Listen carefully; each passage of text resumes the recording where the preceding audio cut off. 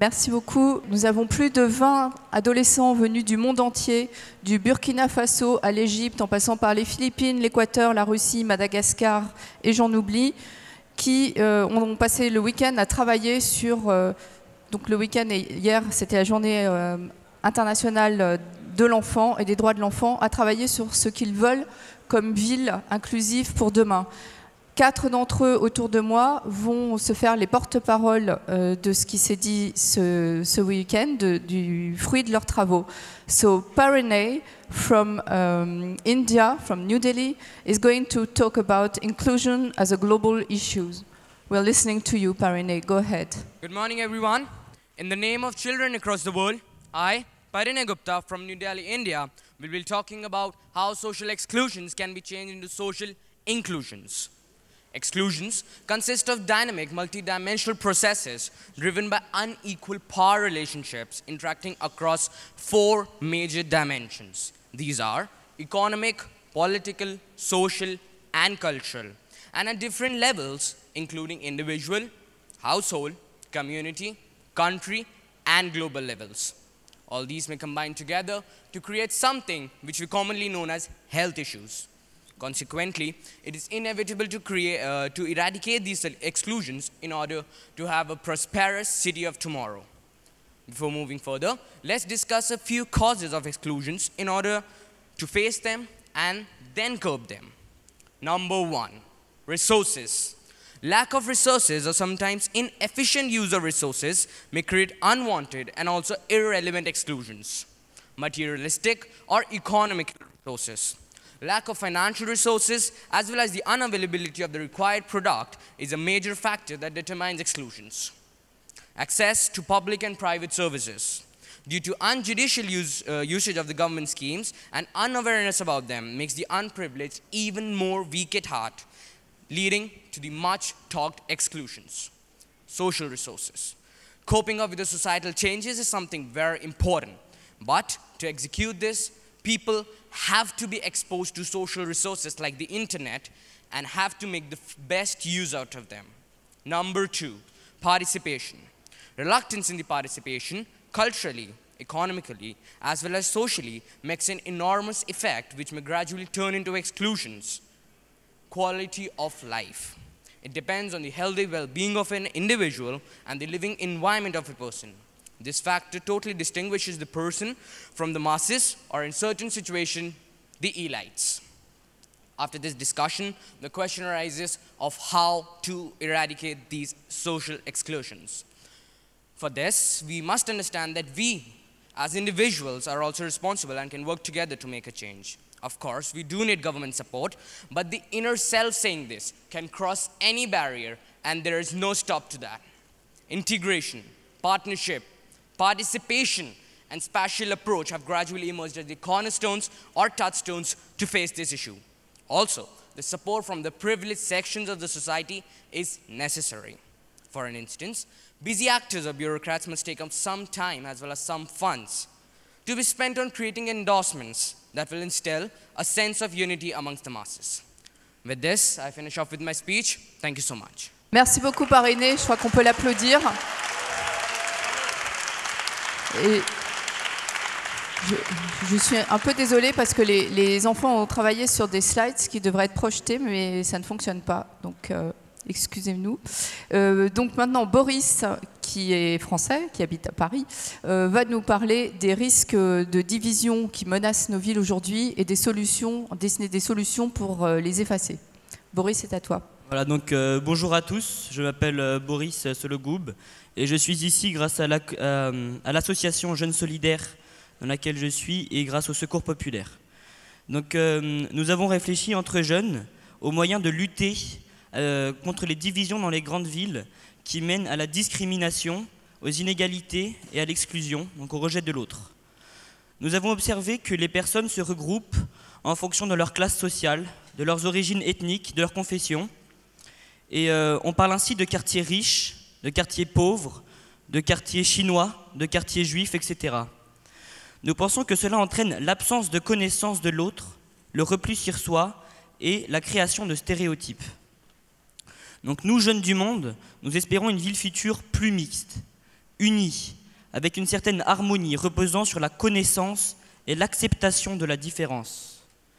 Pour aboutir à un tel résultat, il faut absolument éradiquer les stéréotypes qui entraînent le rejet de l'autre. Nous pensons que la rencontre de l'autre peut permettre d'abolir les préjugés et de favoriser la mixité. En effet, la rencontre permet la découverte de l'autre pour s'apercevoir que nous sommes finalement tous les mêmes.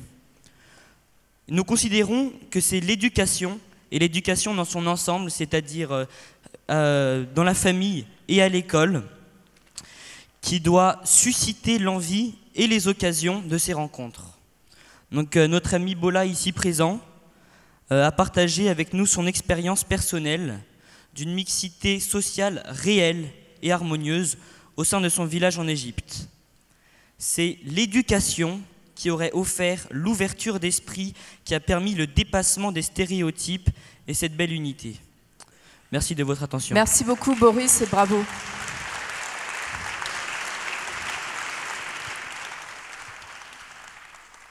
And now it's Isaac from Valencia in Spain, and he's going to tell us about health issues in cities. Go ahead, yes, it's yours. Hola, buenos días. Soy Isaac Valiente y vengo de Valencia, España, gracias al Consejo Municipal de Infancia. Hoy vengo a hablar sobre los problemas de salud en las ciudades, que es una cosa que afecta a todo el pueblo en general. Hoy, como por ejemplo los problemas que afectan a las personas con discapacidad o como la contaminación medioambiental. Ahora mismo el gobierno local y nacional no se centra mucho en estos temas que afectan a adultos y niños. Una ciudad tiene que estar adaptada Una ciudad tiene que estar adaptada en términos de salud para el pueblo entero, ya sean niños, niñas, adultos, adultas o cualquier persona necesita tener una sanidad.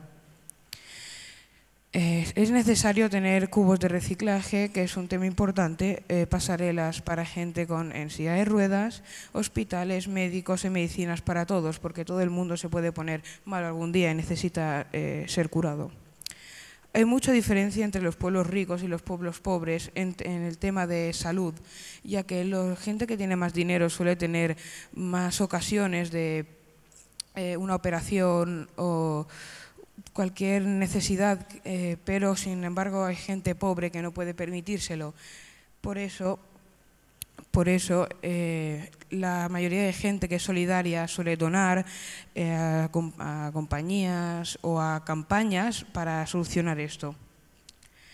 El gobierno podría hacer una cosa mejor y es donar a campañas, asociaciones, todo lo que sea con la salud y el reciclaje para tener un mundo más apacible. Si nosotros los niños hemos llegado hasta aquí es porque somos importantes y yo sé que gente más importante como vosotros podéis conseguir algo mejor. Gracias. Muchas gracias. Bravo.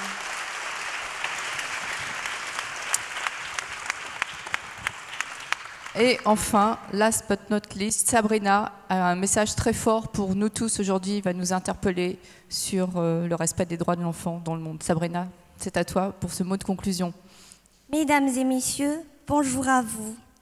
À l'occasion de la célébration de la 27e anniversaire de la Convention internationale des droits des enfants, j'ai l'honneur de représenter tous ces jeunes venus de chaque pays du monde à travers mon sujet dédié aux droits des enfants. Mesdames et messieurs, je m'adresse à vous spécialement, personnes haut placées, autorités et dirigeants de tous les pays. Malgré le développement et la mondialisation que l'on rencontre aujourd'hui, beaucoup d'enfants dans le monde ne bénéficient pas encore de leurs droits. Un droit fondamental dans le droit à l'éducation. En Afrique, beaucoup d'enfants sont encore maltraités, travaillent pour aider leur famille. La majorité ne vont pas à l'école à défaut d'infrastructures. En Asie, l'éducation n'est pas accessible à tous les enfants car elle est payante. En Russie, Les problèmes politiques affectent le développement des enfants avec le reste du monde, leur vie quotidienne, mais surtout leur avenir. En Europe, les enfants n'ont pas encore trouvé leur place et le respect dont ils méritent. Et enfin, une pensée aux handicapés qui n'ont pas encore les matériaux, infrastructures pour s'épanouir largement. Alors nous, jeunes enfants, on dit, donnez aux enfants l'opportunité d'aller à l'école, le droit à l'éducation, que ce soit dans les villes urbaines ou rurales. Arrêtez le travail des enfants. Donnez aux enfants handicapés l'infrastructure nécessaire pour se développer. On dit stop aux problèmes politiques. Priorisez les intérêts supérieurs des enfants dans le système politique. Enfin, mesdames et messieurs, les enfants représentent l'avenir de ce monde.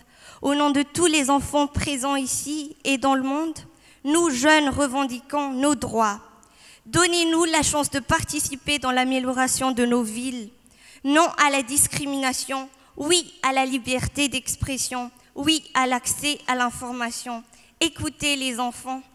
Nous, jeunes présents ici, on est la preuve que nous, enfants, sont d'autant plus concernés que les adultes dans les problèmes de nos pays et de nos villes. Nous sommes la preuve que les enfants peuvent accomplir de grandes choses et apporter des changements. Une fois encore, écoutez les enfants. Enfants africains, européens, asiatiques ou américains, handicapés ou non, enfants ou adultes, nous sommes tous des êtres humains. Mesdames et messieurs, l'union fait la force, oui à la solidarité dans les villes, et nous ferons un monde meilleur pour l'avenir de tous. Merci. Merci beaucoup à tous les enfants.